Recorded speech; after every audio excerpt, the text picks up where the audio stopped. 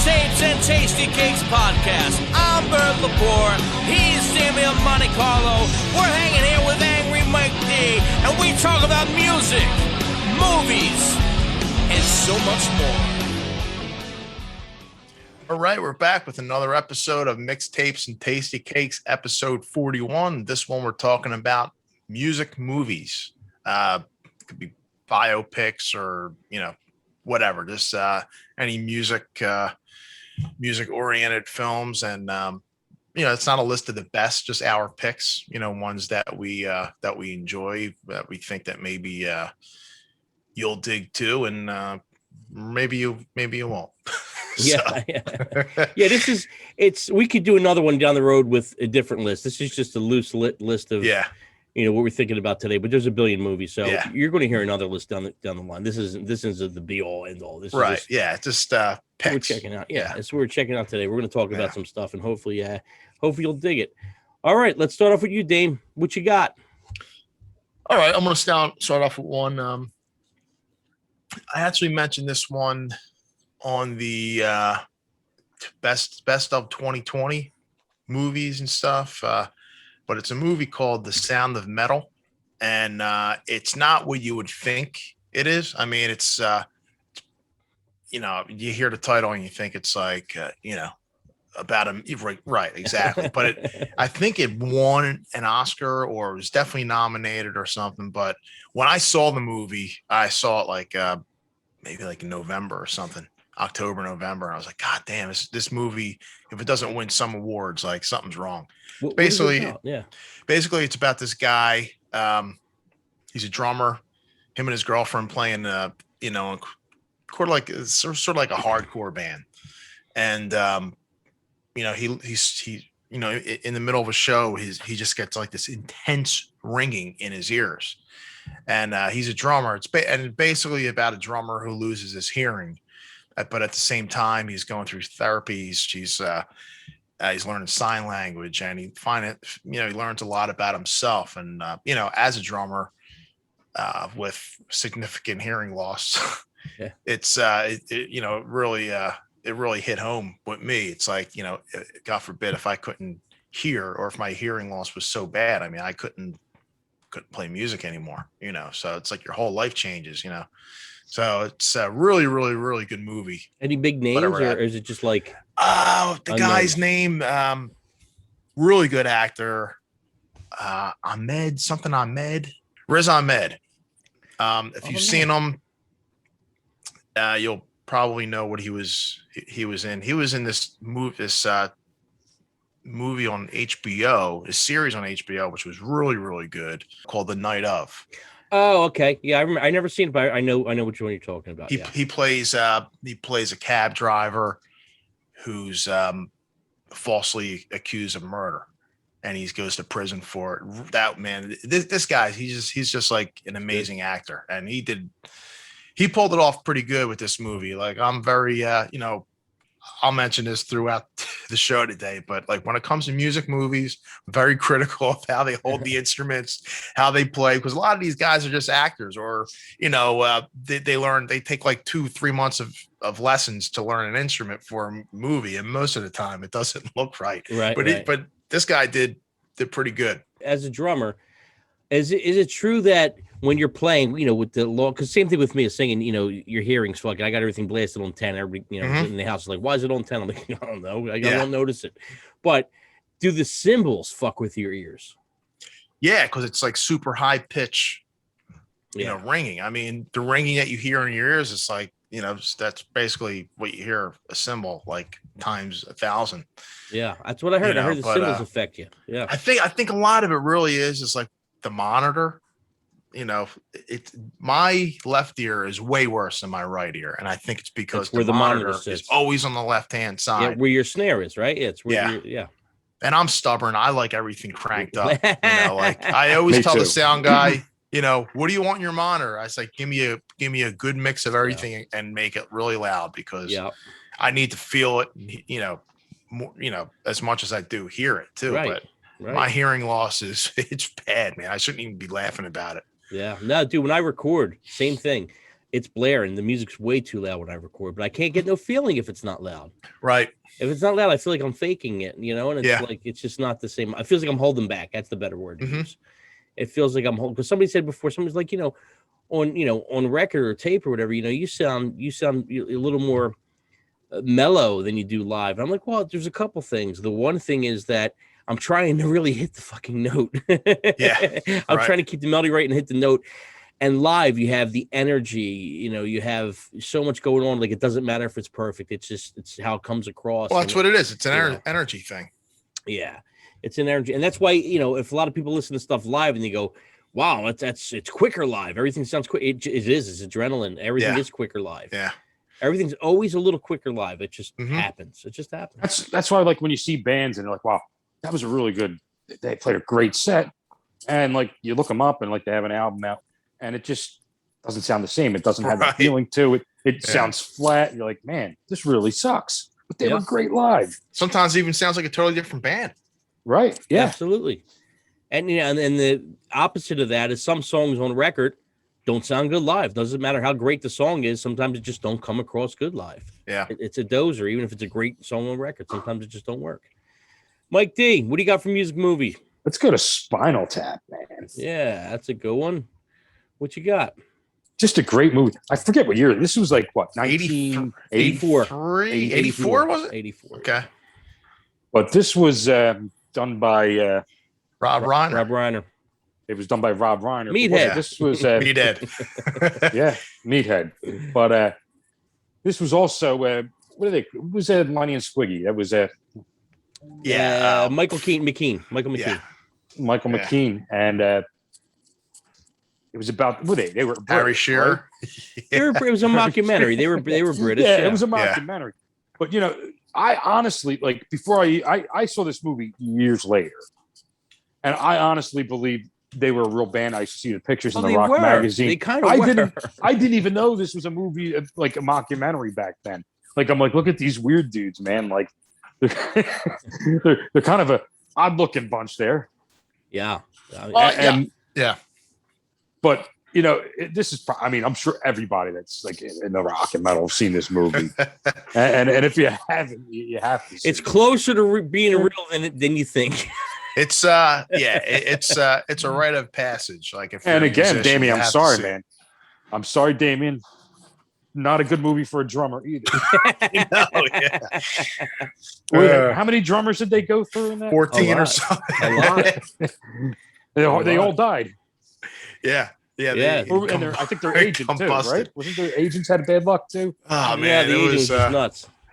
I saw this movie way late, like maybe like in the mid 90s, late 90s. But I remember, years before that, I was confused. Like, is it a real band? Because I would see ads in the magazines for the band, and they all did play though, right? Yes. They did. Like, it's.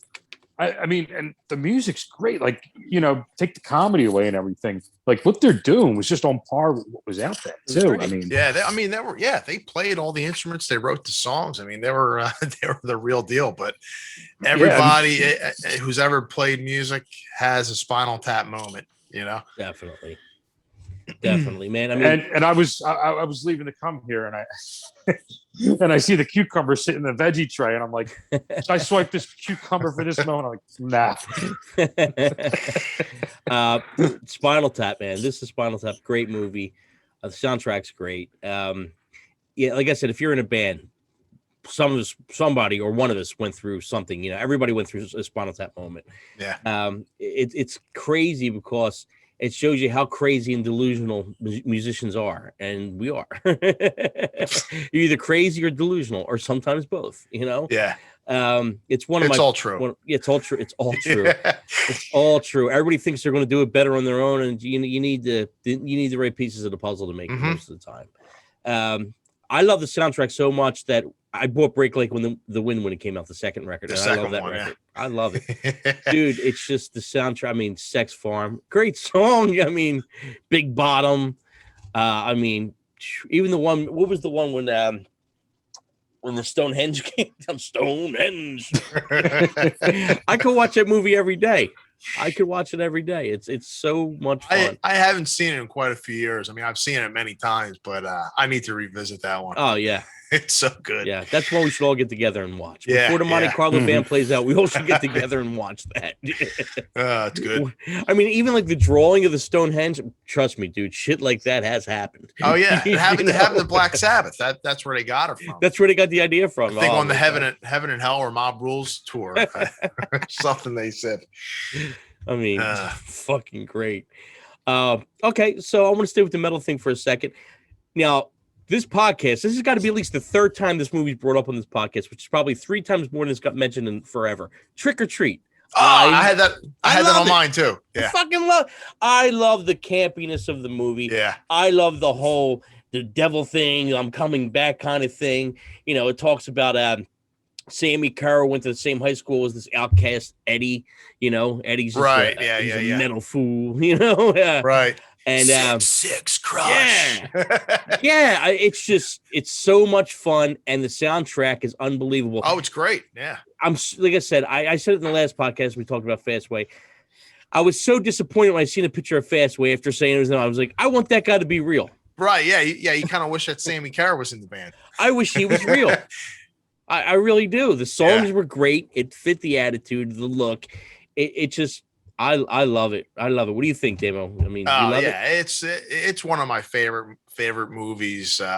In like in that horror genre. You know, not like it's scary or it's just Campy. fun That's and campy. campy. Yeah, I remember I first found that I was in the neighborhood video store, South Philly Video, when I was a kid. Nice. And I would spend like hours in there looking for like the right movie, because I only had like maybe $2 or $3 on me, so I only had enough for one I movie. remember But those it days. had to be the right movie. So I saw this and I read the back and I was like, okay, I'll get it. The one scene when he finds out Sammy Kerr died, he runs up to his bedroom, he's ripping down all his heavy metal posters. I was like, oh man, he's got Anthrax, he's ripping down Kiss, Ozzy, all these Twisted Sister. I was like, what are you doing? And it's just a real fun Ozzy as a preacher. It's great. Great. So good. And then they got to play the record at midnight, even though he dies. And that's how you Gene Simmons. directed. Yeah. Nuke. Nuke. Nuke. I'm just picturing a young Damien in the video store for hours and hours looking for this movie. and the people behind the counter are probably taking bets on how long is this kid going. He's in here again. How long do you think he's going to stay in here for? I never really thought about that. He's working his way to the room with the beads. That's right. Yeah. That's when you get 2 movies from the room with the beads, and then you get 1 regular movie. That was upstairs. Yeah. Their room was upstairs. He had to go, and they had a video camera watching the people up there. So I never did make it up there. Yeah, the beads of the room upstairs. It was like Moonlight Video on like Wolf Street, I think. Too. Yeah. Remember that one? Dude, there were so many classic plays. I just remember the one was, I forget what it was called. I think it was in Hollywood maybe, or but they had the look, dude, it was like a little room. You could tell, like, because you could see like through the beads and everything. It wasn't like you couldn't see anything, but it was like a vestibule or like a closet. And it's like, well, Hollywood was like Hollywood, and what was the other one that was kind of like a pre-blockbuster? West Coast Video? Arrows, West Coast, Arrows. I think all that were kind of right before Blockbuster really came in and pushed. Right. Like I said, my parents, I mentioned before, my parents had a video store also at one time. Mm-hmm. And once Blockbuster hit, we got out like right before it. Yeah. We couldn't compete with Blockbuster at that point, We're getting movies for $80, $90 a pop. They're selling them for $20. Yeah, right. Yeah. It's kind of funny because it's like all these neighborhoods had like these little mom and pop video stores, and then it was like it just gets eaten up by like Blockbuster, like pretty much overnight, Yeah. Yeah. And it was funny because like everything that comes around kind of goes around, and when everything digital came out, they just destroyed Blockbuster. Right. Absolutely. And I think Blockbuster they were pretty salty about that. Well, it's the but way you evolve goes around. or perish. Evolve or Yep. perish. Right.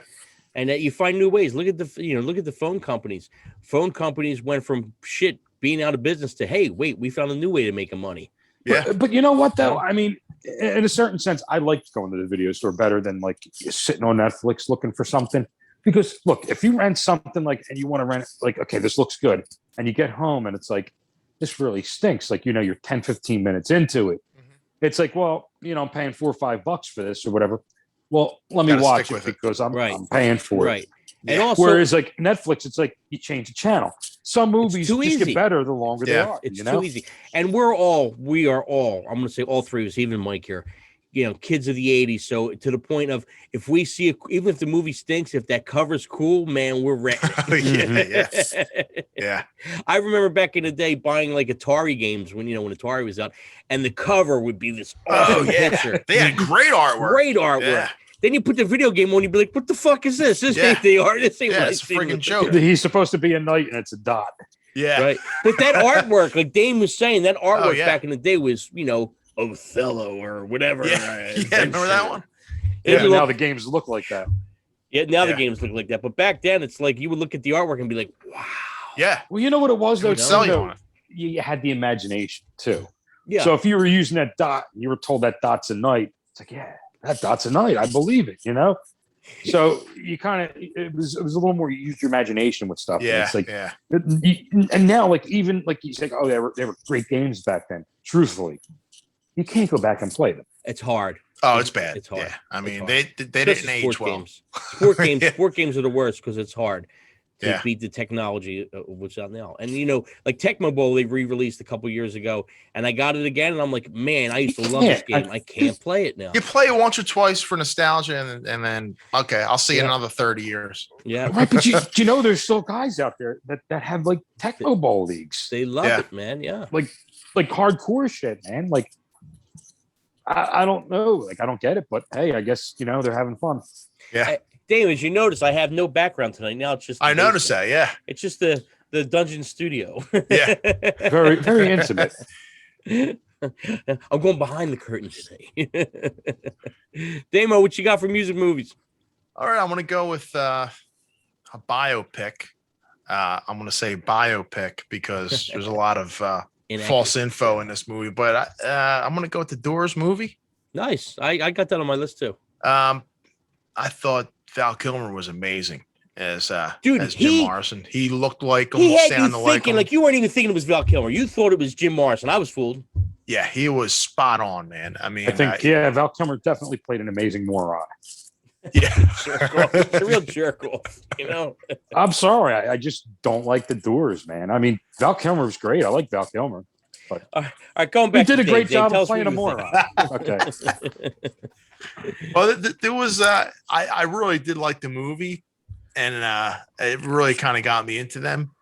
But after reading books about them, specifically No One Here Gets Out Alive, which is like the definitive Jim Morrison Doors book, there's a lot of false info in that movie. They definitely did Hollywood the shit out of that movie, but I must have seen it dozens of times. Me too. And it definitely resurrected their music for me. Well, I mean, dude, I fucking love it. I love it.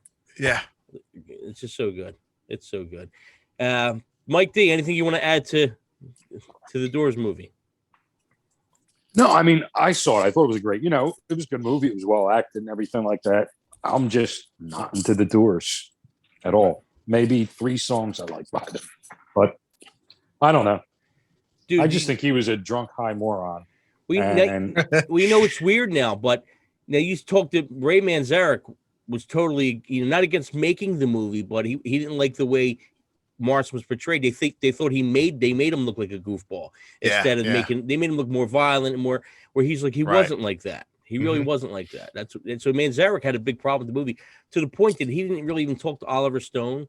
And even what's his name? He never the whole band met Val Kilmer, band, and he didn't want nothing to do with it. Yeah, everyone did nothing to do with it. He slammed that movie. Yeah, the whole band didn't really approve of it.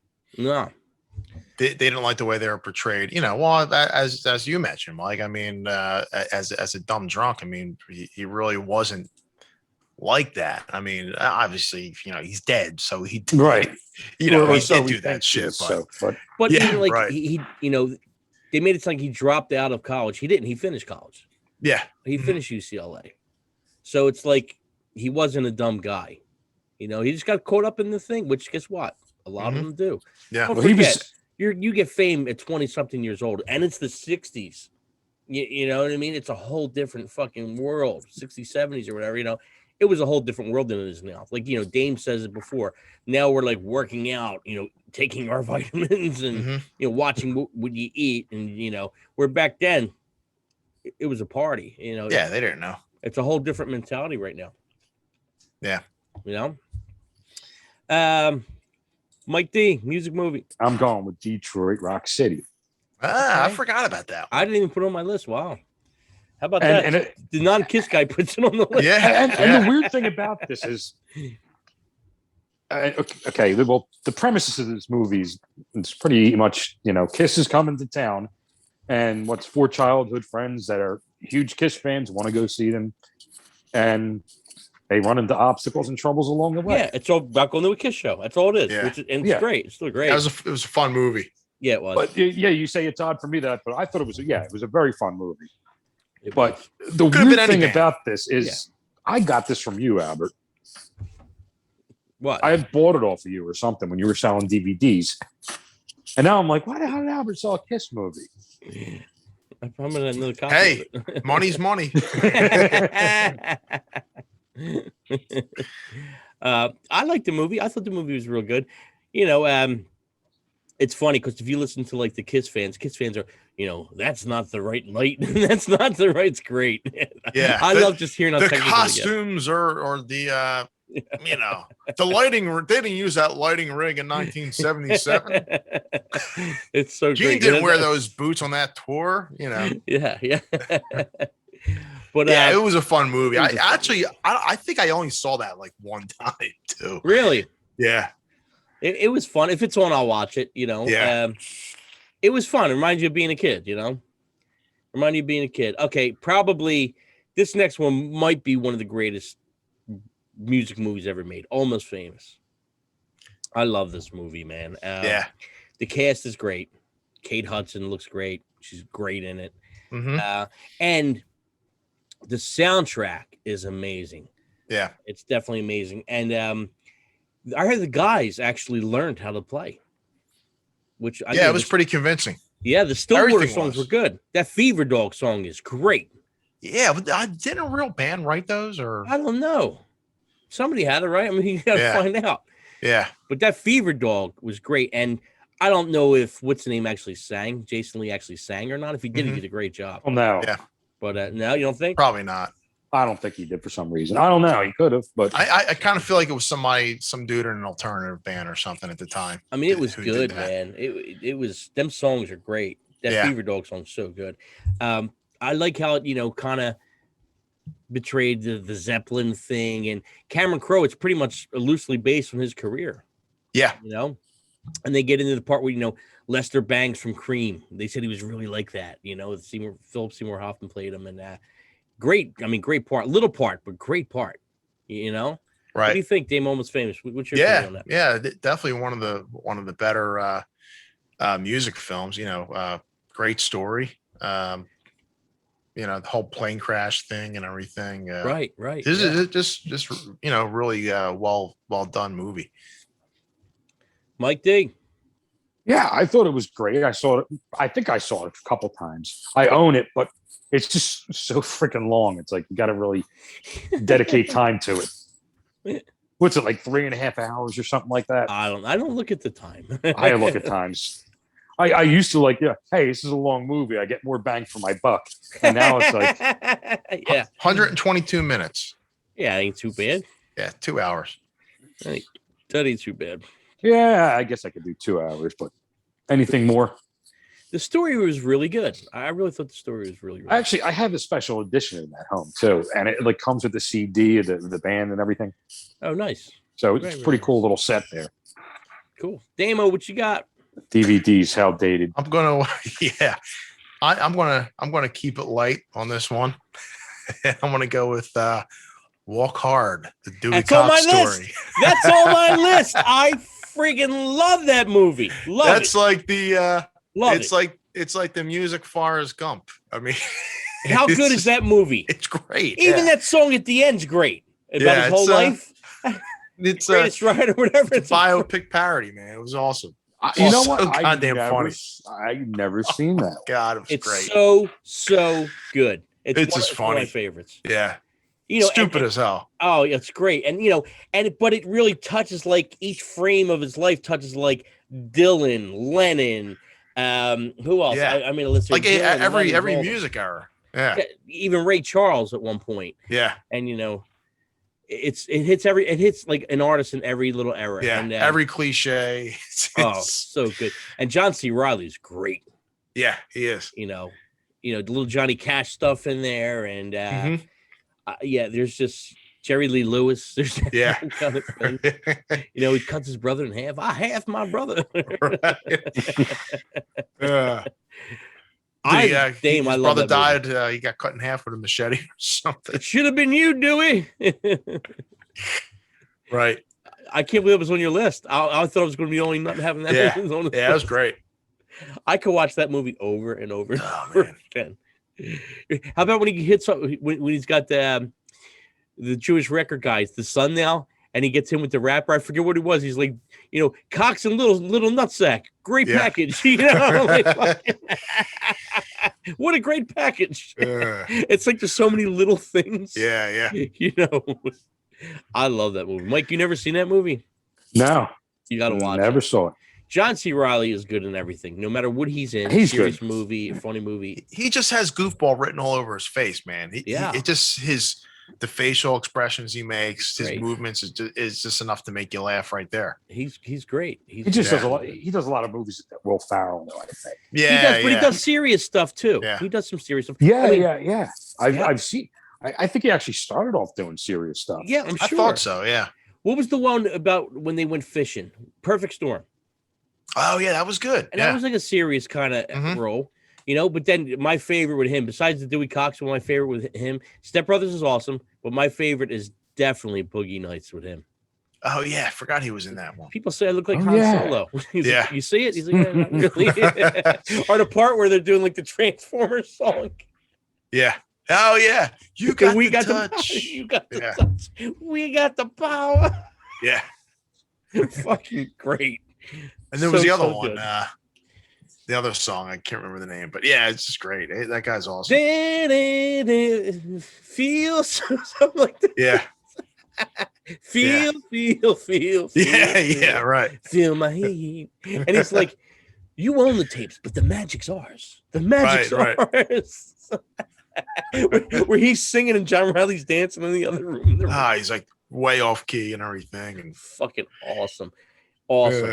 Fucking awesome. Mike D, music movies. What about Get Him to the Greek? Did you see that? Great movie. It's on my list. Never saw that. You never seen Get Him to the Greek? No, but people tell me that I should, and it's really good. It's great. Have you ever seen Forgetting Sarah Marshall? See, you know what? I did. Haven't seen that one. Okay, then it works.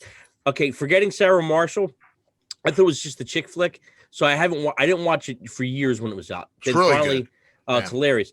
And then finally, my wife watched it, and she's like, "You got to watch this." I watched it. I loved it. And then when Get Him to the Greek came out, sequel. It's kind of like it's the character. It's a different same character. So it's all the Snow character. Mm-hmm. I'll tell you, Puffy was the best in that, man. Puffy was great in it. It was Russell Brand was the main character. He was Elder Snow, yeah. And basically, he's an out of control musician, and he has trouble getting to his gigs. Yeah. Whether it be getting laid, getting bombed, or just doing too many drugs. Well, you got what's name was the record guy. They're trying to resurrect Jonah Hill, who played Aaron Green was the character. They're trying to resurrect his career. That's what the story is really about. They're trying to resurrect this old rocker's has-been kind of career, and that's the story. We're going to put the special on, and we're going to resurrect his career. But in the meantime, we're trying to resurrect his career. He's a fucking mess. Yeah, But great movie, man. Wow, that's so on my list, Mike. That's a good movie. Any other thoughts on it? Or Puffy just such a great job in that. Ferry Walls. The Ferry Walls. What the hell was the thing he was smoking? It was the Jeffrey. The Jeffrey. The Jeffrey. I never heard that before. The Jeffrey. Jeffrey. He's like, yeah, man. He's like, how could something this innocence be this bad for you? Yeah. Dame, you never seen it. You got to see it. Nah. And the soundtrack's great. A lot of funny songs, but it's real. I think he actually played in a band before, so it's actually his voice. Like I think the opening, the Bangers and Mash song. Bangers and Mash is great. I'm going to go with The Story of Anvil. Another close to home movie. We got Rob Reiner, not the same guy as the other Rob Reiner. You got him, and you got I don't know how to say his Steve Lips Kudlow. I don't know, it's Kudlow. Yeah. His name might be. But in a band called Anvil, who played, with the Scorpions, Bon Jovi, played on all these big shows, but never really Canadian band that never made it. They just never made it. Well, I got the answer for you because they weren't that good. No, but they were they influenced a lot of people though. They did, yeah. I remember seeing like they had the T-shirts and they would sell stuff from like the Hit Parade magazine and all the rock magazines. But you just never heard them. They never really played them on Headbangers Ball. They never played them on Rockers Only on MMR. So it's like sometimes you just didn't want to take a chance and buy the album. They fizzled out early, and but they still continue to carry on, and that's what the documentary is about. I didn't put any documentaries on my list, but that Anvil movie was it was a good, because there's a million bands like that with that same story, and you don't really know, it's a cool like insight to how they try to survive, and touring in Europe, playing in front of like 5 people. It's just, it happens, man. It happens. Yeah. And it did kind of resurrect their career a little bit for a really short time. I remember they were on the Tonight Show with Jay Leno, and they played a song there, and they're starting to I think they toured with AC/DC. They were on that tour. So for that, like a year, like after that movie came out, they had a boss, but fizzled out again. Yeah.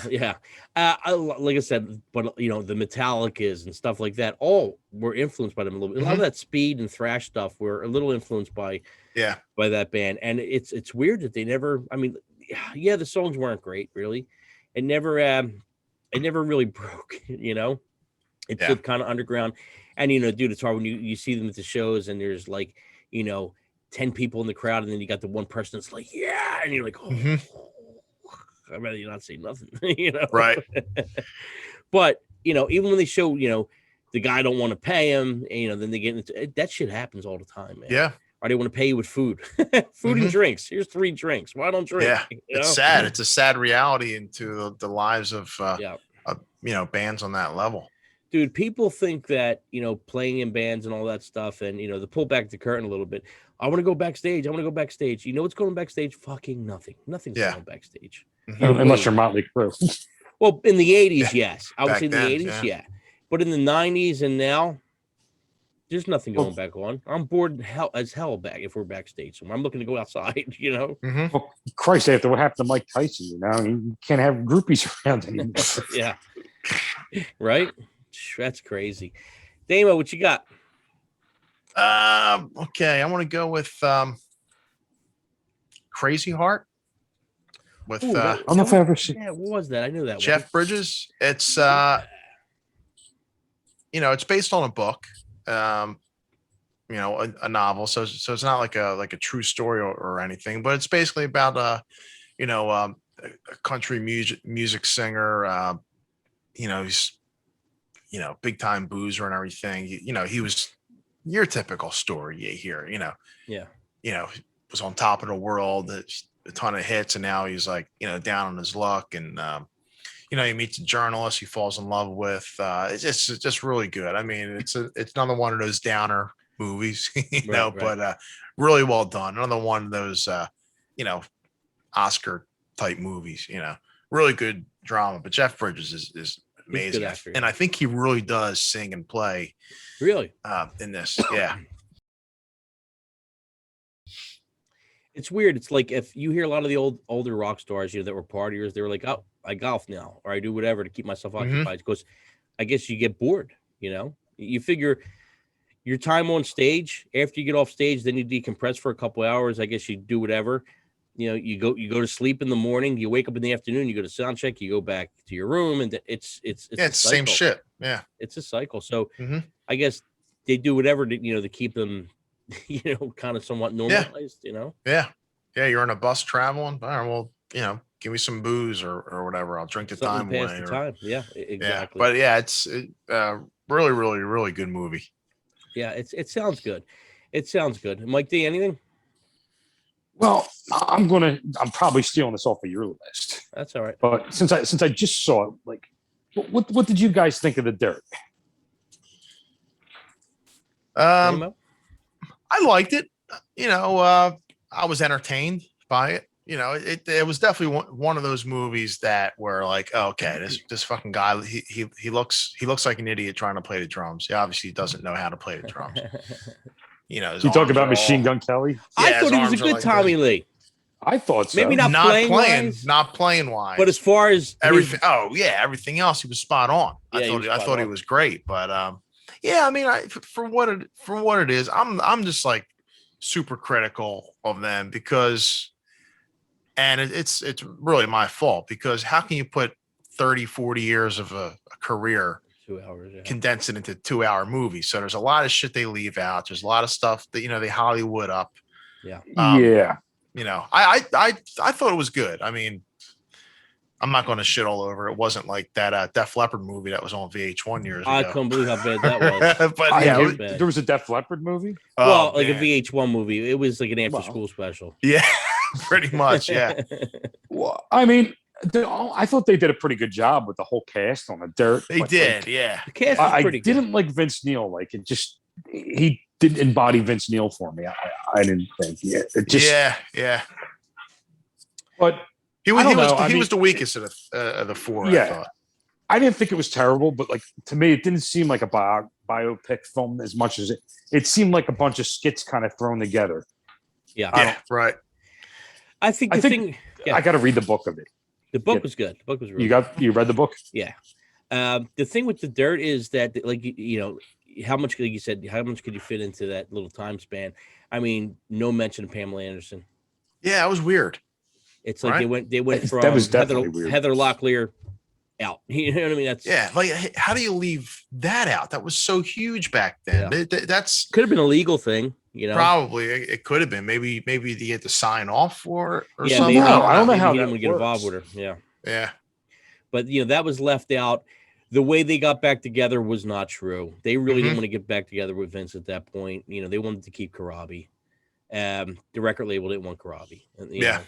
But you know what I like though? How they actually told you there was a couple points where it's like, well, this really didn't happen. We're doing it just for the Hollywood. Like the Doc McGee thing. Yeah. I like that. Yeah. That I liked. They broke down that wall. Yeah. That third wall, or the fourth wall. Right. And the guy who played Doc McGee was good. He was good. He's good. Yeah. I mean, I thought some of the things that they recreated was really cool. Like looks a cool video. How good was that? Yeah, they got a lot of that stuff down like to a T, I thought. Absolutely. Even the outfits for the girls tour. I mean, the outfits were good. The look, dude, that they actually focused on that Shout at the Devil era. I was happy. Yeah. Well, even like the finer details, like the tattoos that they would get over the years, like they would add them, like it was like perfect. Little by little, they were just adding them on. Yeah. I liked it. I mean, I actually just watched it again the other night. Because I knew we were doing this. I liked the movie. I didn't think it was great. I thought it was. It's an entertaining watch. It was. It was good. I mean, if you're a fan of that type of music and you're from that era, you're probably gonna. Yeah, I mean, they definitely Hollywood up, and they took some liberties with the, them picking up Mick out of the hospital. I don't believe that. I don't think that happened. Mm-hmm. And they did VH1 did a whole thing resurrecting Motley Crue, if you remember. Yeah. They weren't sure if Tommy was going to show up at that point, and Mick was getting the operation. So that was like, I don't know if anybody ever seen that, but that was I did. Yeah, on his hip or something. Yeah. So and that little documentary thing was real good. The Dirt movie was okay. It wasn't. I was hoping it was going to be even better. It wasn't. It was good for what it It was. was. Yeah. Which it gave you more of like the comedy side to it, not like the emotional struggle of the band. Only Vince was the only kind of emotional part. Did you pick up any of the Easter eggs in the movie? Like what? Let me see. There was a scene. I picked this up and I thought it was pretty cool and clever that they did this. If you know the story, but when Nicky OD'd in the hotel room, in real life he was with I think Steven Adler and maybe Slash. Oh, where Slash was laying on the couch. Yeah, in that scene you could see a blonde haired dude and a guy look like Slash in there. Well, that's what we're like an Easter egg. Yeah. We figured that was Slash. Yeah. I thought that was kind of cool. Steven Adler, he was actually at Stogie Joe's last week. Yeah. And our buddy Joe who plays guitar. I don't know if you know Joe Guerrero, but actually Steven brought him up the next night on stage to play. Oh, really? Brownstone. Yeah. I didn't get the whole scoop. I haven't talked to Joe, but I thought that was really, really cool. Yeah. I thought it was definitely cool. But he said from the story that I read online was that he went to Stogie Joe's because he's seen it on divers, driving divers. Yeah, that thing. Yeah. Triple D, whatever the hell it is. Yeah. Which was really cool. I thought, and him bringing up Joe on stage to play song. Joe did a good job. Huh. It was pretty cool. Yeah, they had the pictures from the sound check, and then when he really? Got up there. I don't know where it was though. It couldn't have been that far, but I remember they came from M3, right? Yeah, then I think they had a couple of days off and they played like upstate New York. So maybe it probably was New York. Yeah, it probably was New York. So Mike D went with the dirt. Damo, what you got? We're gonna go with Eddie and the Cruisers. Here you go. Yeah, remember that one? Yeah. Which I think is a really cool story. I haven't seen it in quite a few years, but I always liked it. It's basically about Bruce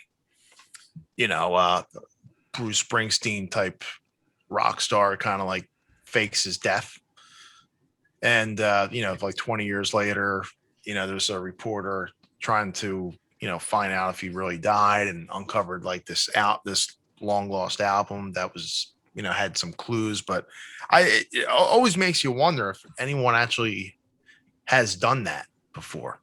Yeah, like faked her death. You always hear about there's a Jim Morrison stories. Elvis is still alive. Michael Jackson. Everyone. There's always those ridiculous stories. But you kind of wonder if that's ever happened. But this story or this movie kind of touches on that kind of storyline. And another thing, it's like the same thing with the Fastway thing. When you look and see, even though John McCafferty and the Beaver Brown Band, John Caffrey, I think. John Cafferty and the Beaver Brown Band. Yeah, and then you're like, I wish it was the Eddie Cruiser. Yeah, right. Yeah. I mean, what a great song that is. On the dark side. It's a great song. Oh yeah. It's a great song, man. Yeah, it's like the best like non-Bruce Springsteen song. Yeah. Jersey Boys. That's a good one. I almost put that one down. That was a good one. I mean, my dad's a big Frankie Valli and Four Seasons guy, so you know what? I liked it. You just don't like that kind of music, so you. Not that I just don't like. I can't like Frankie Valli might be one of my least favorite artists to hear.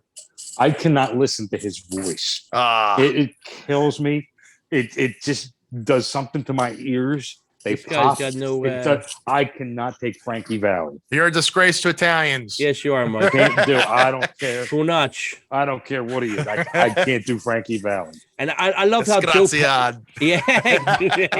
I can't do it, man. I can't do Frankie Valli. That was good, Dave. He's an icon. Like I said, I know him because my dad loved him. So icon or not, I can't listen to it. But I love the Joe Pesci story that Joe Pesci really introduced Bob Guido. Yeah, that's true. Is it Gaudio? Is that how you say Bob Gaudio? I think. Yeah, who was really the songwriter. Yeah, funny side story is that one of me and Donna's friends, that's his dad. Oh, really? That's awesome. Lives down in Nashville. Last time we were there about a year and a half ago, maybe almost 2 years ago, we went down and we hung out with him for one night. Who, Bob? Yeah. His son. Oh, his son. Yeah. That's awesome. Though. I mean, he was the brains. He wrote all the songs. He was like one of the, and he's like actually like one of the, greatest songwriters of of our time. I mean, guess what, dude? When that kind of music was fizzling out, they were the end of it. They were still pulling in numbers, I guess. That stuff was done pretty much at that point, but they were still, And then I guess he came out with that song later on, I guess when they resurrected them a little bit. Yeah, they kind of recreated themselves. What was that one big song they had? It's a huge song. In the 70s, right? I think it was about his daughter too. It was a huge song. Yeah. I mean, it's just so good, man. I mean, great songwriter. He was a great songwriter. Like said, I've been listening to that forever, just from hearing from my dad. Yeah. I mean, those songs were just always around. Like, not like I would put them on, but just like Frank Sinatra or something. It's always around. It's like you just know all that stuff. But that stuff, like you said before, sometimes the old stuff puts you in a good mood. Yeah. To me, when I hear that, it feels like Sunday afternoon. Yeah. Yeah. Exactly. Making the gravy. The gravy's on. Exactly right. Mike D, got anything? Yeah, man. I don't know if you saw it, Albert, but what about either you saw it? What about Gimme Shelter?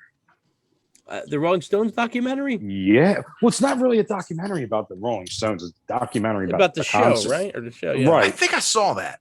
About it with the Hells Angels and stuff. Yeah, they had this concert. Yeah, it was in, I did see that. California. I forget what city, but Altamont Raceway. There you go. Yeah, they hired the Hells Angels as security. Mm-hmm. I don't know if it was the venue or the Stones. I forget. I think it was the Stones. But there's a lot of drugs going on. The concert went along.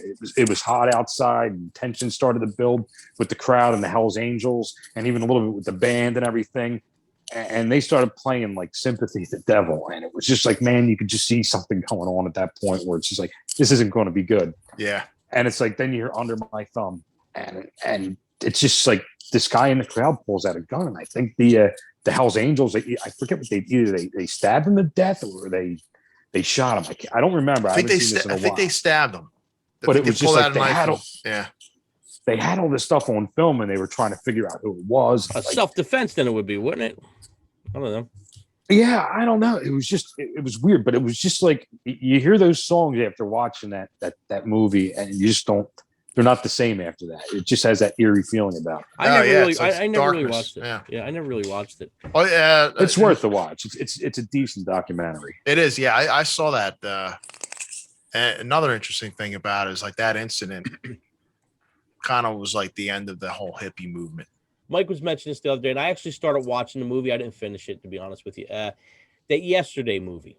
You know what? Right. What was that about? I think this movie's got a kind of an interesting premises to it, but every time I want to watch it, I'm like, what just doesn't sound like the stuff around it just sounds like, oh, I don't want to fucking sit through it. It's but the premises basically is for like 12 seconds, the world goes dark. And when everything comes back on, the Beatles never existed. Only one guy knows who the Beatles are. And of course, he's a musician.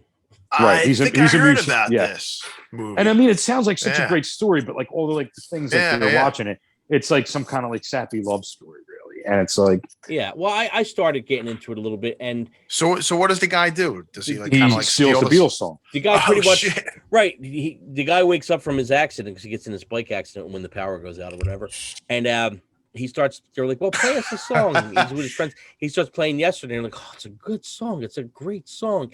And at the same time, as he's as he's doing, he's like, it's the Beatles song. And they're like, who? And then he looks up the Beatles in Google and they don't exist. So he pretty much takes the songs. But at the same time, Dame, and you could definitely relate to this because I related to this part of the movie. There's one part where he's in the house with his family and like, oh, play a song for us. And he starts playing Let It Be. Mm-hmm. And as he's playing it, the doorbell rings, somebody else comes in, they're bullshitting. He's trying to play the song and dude, it's like when you show somebody that you know one of your songs. They're talking about everything but the fuck. They're not listening to what you're showing them. They're having a conversation. I'm like, wait, that happens every day. And this is an original song, according to these people. It's like a brand new song. And they're like, oh, that's great. That's great, honey. So-and-so. Yeah, I'm going to go pick up my wife in 10 minutes. There's 1,000 things going on as this guy's trying to show his art, but nobody's paying attention. And dude, I've been there. I've been there many times, every week probably. I'm like, hey, check this out. As somebody's checking it out, they're fucking talking over it. Let me ask you. I'm putting this on my phone because I think I really want to see this. I want to finish watching it. It was okay so far. Yeah. Well, let me ask you. Is it called? Yesterday. Yeah. Yesterday. Is it considered stealing if they didn't exist? Exactly. It's remember. not. Yeah. No. It's in his head, you know? Right. I mean, the world needs that music again. So, And when does this take place? In the 60s or now? now. no, I think it's the movie came out a couple years ago. But what's the time period? I believe it's now. I haven't seen it yet. I'll probably watch it and probably regret it, but I think I like check that out. the premises more than I'll like the movie. Well, dude, look, it hit home on that one part when he's trying when he's trying to show his song and nobody gives a fuck. It hit home. Let me tell you, it hit home. I'm trying to go with the not so typical ones, but so I have one since we're on the the Beatles topic. There was a movie that came out years ago that I liked. I saw it in the movie theater. It was called Backbeat. Do you remember that one? Oh yeah, I never seen it, but I know what you're talking about. Yeah. Yeah, it's a story about the fifth Beatle. At one time, the Beatles were Paul McCartney played guitar too.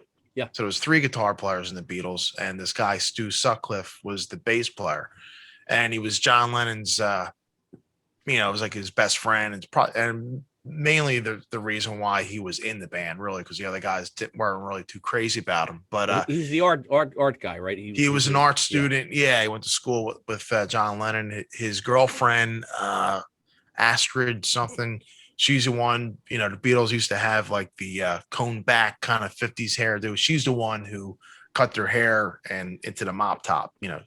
Combed it down and everything. But it's tells a story about the Beatles pre-Ringo. Them playing in like Hamburg and everything with this guy, his story about, their friendship, him and John's friendship together. And, Paul McCartney didn't like the guy, and he tragically, in real life, he dies. In the movie, he dies too. Is it close to the real story? It seems, I mean, from what I've read, it's pretty close. Oh, wow. To what really happened. But yeah, they didn't like Paul McCartney didn't like him was he wasn't really that great of a bass player, and I don't know, might have been like some jealousy there too. But yeah, it was pretty cool. It was when Pete Best was still playing drums, and did he go under Pete Best in the movie? Oh yeah. Oh, okay, cool. Yeah, and then there's a scene where Ringo meets the band and everything. It was pretty cool. I gotta watch it. Yeah. Yeah. I gotta watch it. So it's like pre-Beatles before they really broke, kind of deal. Right, and the guy Stephen Dorff plays. The guy Stu Sutcliffe, and all the other guys, from what I remember, look pretty good as like the other Beatles. How about That Thing You Do? That's a good one. Yeah, that thing. The Won't Eaters, the Won't Eaters, the Wonders. That was the band, the Wonders. Yeah, I liked it. What do you think, Dave, on that one? It was really good. The songs were great, like pop songs. And another one, it's a lot of stuff has happened in real life. You got the one guy that writes all the songs, he succeeds. The other guys, they have that one hit, and that's why publishing's so important. Yeah, that's why you see bands now today, man. I mean, publishing's friggin' everything. Mm-hmm. If you have, I guess, and it still confuses the shit out of me, but if you have a piece of the pie right off the bat, 50% of that pie goes to publishing. Right. And then the other 50 gets split it up, I guess, to who wrote the song.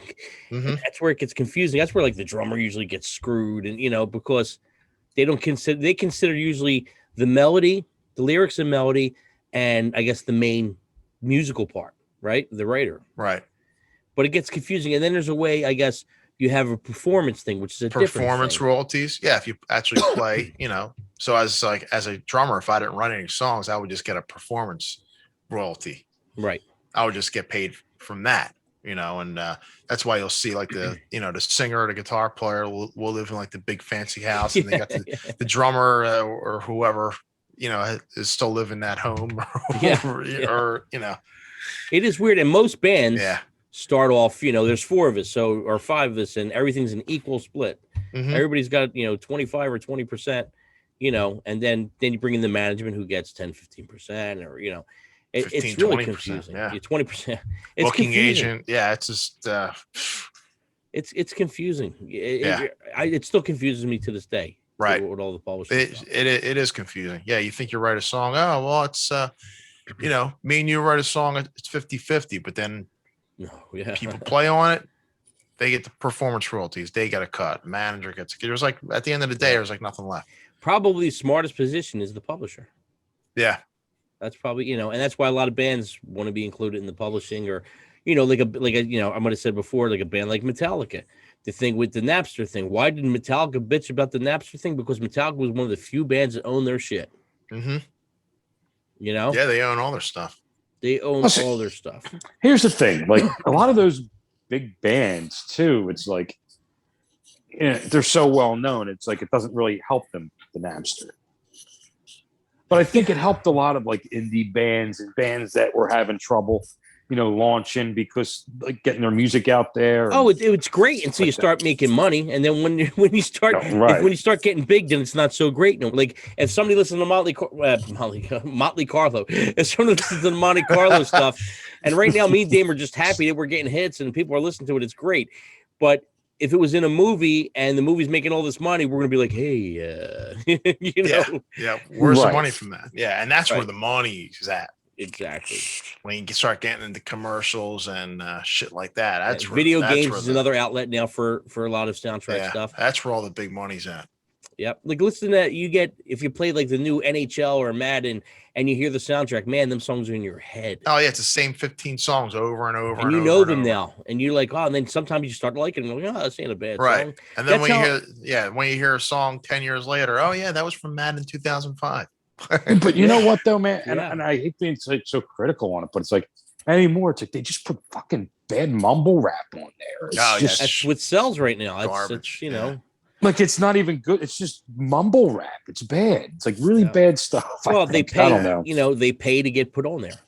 Like we talked about the Ozfest tour and all that. It wasn't like Ozzy picked these bands or Sharon picked these bands. Oh, most of them were. They paid to play. They pay a lot to go on these tours, from what I understand. And, and it worked. It worked for a lot of bands. But most of them, as far as I know, it's you pay to get on, which I didn't know till 15, 20 years ago that you pay to get on tours. I always thought that Kiss is touring or taking out Bon Jovi, and what did we know? Right. I don't know if it changed later on or whatever. But I don't know if but I know the Ozfest was, because that was a big showcase. Mm-hmm. Absolutely. I heard that stuff kind of changed in like the late 80s is when all that Bion stuff started happening. Yep. I guess that wraps up our music movie edition.